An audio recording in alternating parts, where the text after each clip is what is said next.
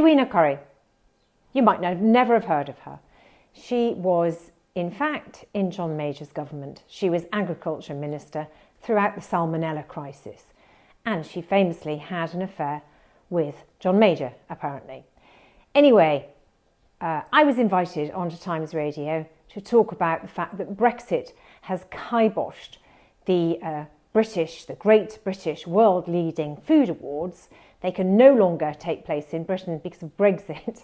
And it so happened that Edwina Currie and Dom Jolly were on after me. And I was so intrigued that Edwina Currie has flip-flopped so much on agriculture, Brexit, that it was fascinating to hear her agree with me, because only 2 years ago, and I'll play you the clips in a minute, she was saying how wonderful Brexit was going to be and a fantastic opportunity for farming. Whereas today, she wants to award Jeremy Clarkson with a knighthood for actually informing the country about the plight of British farmers. Now, I wholeheartedly agree with Edwina Currie about Jeremy Clarkson. He has been absolutely brilliant for getting the farming message across to the public. Resignation honours, a knighthood for Jeremy Clarkson. Oh. I think he's absolutely brilliant, not least because he's drawn attention to the plight of British farming and raising the question of food security in this country. You know, we're very hot on energy security now. And the Prime Minister seems very aware of the problems of military security, but absolutely nobody's getting their head around food security. You had Liz Webster on earlier talking about this, and she's absolutely right.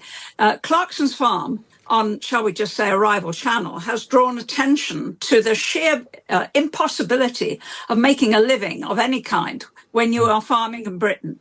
All the subsidies now are going to non-farming, which is fine, except that, you know what, we need to eat. And with an increasing population and problems about importing stuff, as Liz was talking about, we should be recognising that we have an issue. MAP, and which is the predecessor, and DEFRA are amongst the most useless government ministries of all. They are hopeless.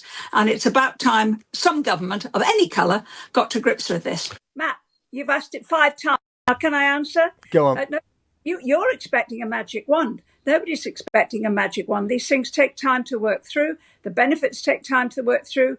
When it comes to farmers on the hills up here in the Peak District, they're going to be looking at a completely different pattern of subsidies. And it's going to be a very interesting, exciting time. And the feeling is we can take our own decisions.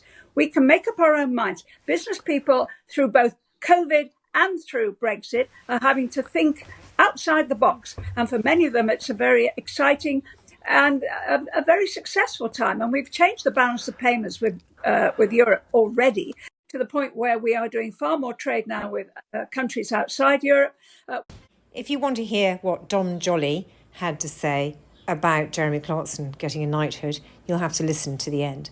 In the meantime, here's my interview with Times Radio about the Food Awards. Now, the world's largest food award ceremony is being held outside Britain for the first time in a 30-year history. The Great Taste Awards, which celebrates the best products in the world, is being almost entirely relocated to County Tipperary in Ireland because, drumroll please, Brexit controls have made it too difficult for many exporters to bring their entries to Britain.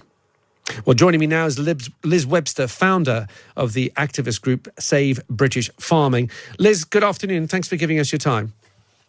Good afternoon. Thanks for asking me on. Just so people know, these are the taste badges that we see on many products on our shelves, right? They're the great taste stickers that we see on a lot of products. That's the awards we're talking about.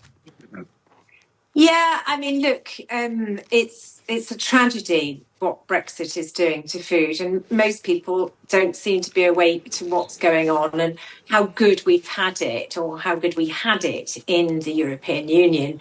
And the rapid decline is really scary. But the good thing about, focusing on what it means for these awards, which was showing that Great Britain was an exemplar in bringing food together in our country and food business, because our biggest manufacturing industry is food and drink.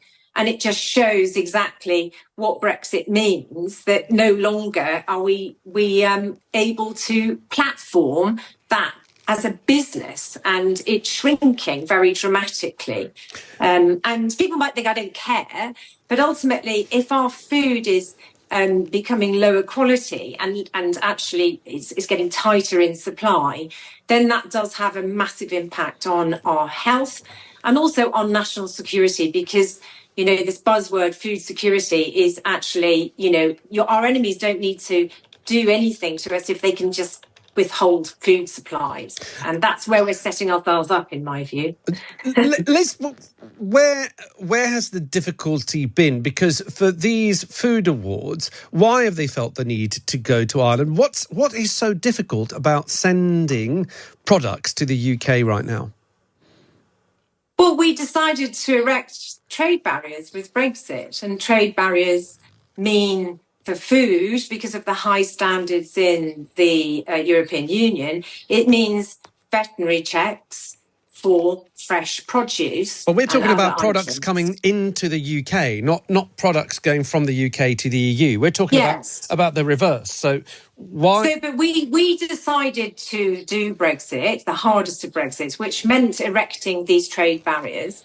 Under WTO rules, it means that you have to have reciprocal checks, but also from a biosecurity point of view, we need those reciprocal checks because when we were in the European Union, we were part of a circulatory system, which meant that everything was filtered through a liver. So all of the anything coming here was filtered so it was safe.